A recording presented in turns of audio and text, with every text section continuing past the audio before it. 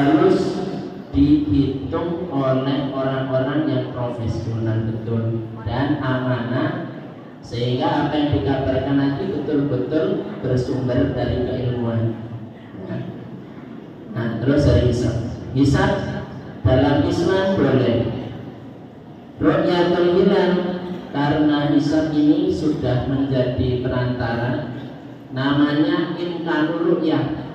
Di jalan menuju matahari bisa diteropong, perkiraannya itu namanya imkanul ru'yah setelah bulan itu dihitung. Bahasa Arabnya bisa dihitung, bukan hisab ini rokok bisa dihitung. Nah, dihitung setelah menuju dihitung baru diteropong. Nah, ini namanya ada hisab dan ru'yatul hilal. Nah, kemudian yang menjadi perbedaan, kalau di hisab itu namanya wujudul hilal. Bulan itu positif berubah pada tanggal 29. Tapi kalau hilal menunggu posisi bulan ini sebenarnya ada di mana. Ini biasanya di garis pantai teropongnya pakai alat namanya apa nih? Teleskop. Teleskop. Nah, itu tahu hilal setelah itu dilihat. Namun ada perbedaan. Yang membedakan saat ini posisi rembulan itu harus 3 derajat. Ya, nanti kalau dilihat di laut itu ada garis lurus, itu di atas harus 3 derajat, sehingga rembulan bisa dilihat secara sempurna, terlihat atau tidak. Nah, posisinya melengkung, yang melengkung itu bulan sabit namanya. Itu yang menjadikan itu 3 derajat, sehingga jika ada kesaksian orang melihat bulan di bawah 3 derajat, itu dinyatakan belum sah. Nah, makanya 3 kementerian di Asia Tenggara, MAPIN namanya, Malaysia, Brunei, Indonesia menetapkan 3 derajat.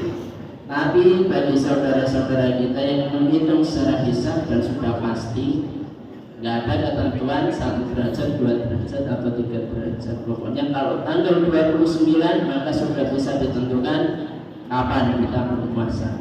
Seperti itu ya, gambarannya kira-kira seperti itu. Dan dua-duanya ini sah, boleh, monggo silakan ya, monggo silakan pakai ya. Terus kemudian untuk menyikapi hal tersebut, nah ini kemarin adalah Bapak ikut ya, diundang di Al-Husna di Husna Abiyange, itu adalah sosialisasi Majelis Ulama Indonesia Fatwa nomor 2 tahun 2004.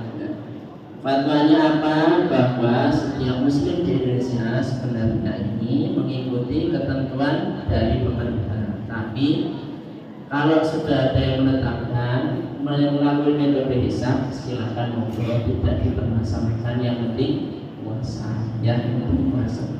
Ini metode hisab dan ru'yatul hilal itu dipakai oleh pemerintah, sehingga Bapak lihat tadi keberadaan hilal pada tanggal 18 atau 8 hari Selasa besok ya, kira-kira masa besok itu tanggal berapa, 18 atau 17 ya?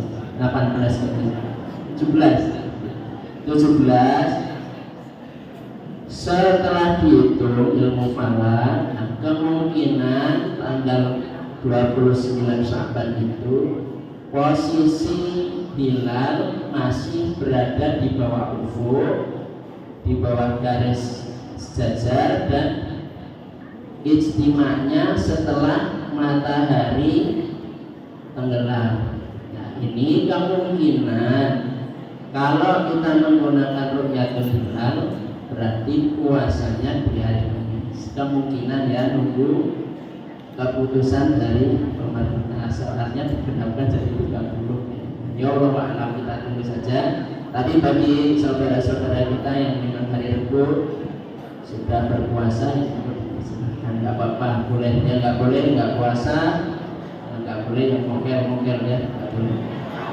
Nah, ini ya sedikit satu. Nah, itu tentang Ramadan, sedikit perhitungan